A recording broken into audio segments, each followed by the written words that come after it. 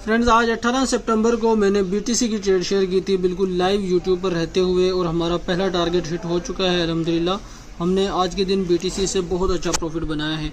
उसके अलावा अगर बात करूं मैं हमने कौन सी ट्रेड की थी, तो उसके अलावा फ्रेंड्स हमने गोल्ड की ट्रेड अपनी लाइव स्ट्रीम पर शेयर की थी इस पॉइंट से, और इस पॉइंट से यहाँ से हमने अपनी लाइव गोल्ड की ट्रेड को मैंने एक्टिव करवाया था, और यहाँ पर हमने ट्रेड को 50% क्लोज कर लिया था 70 पिप प्रॉफिट में।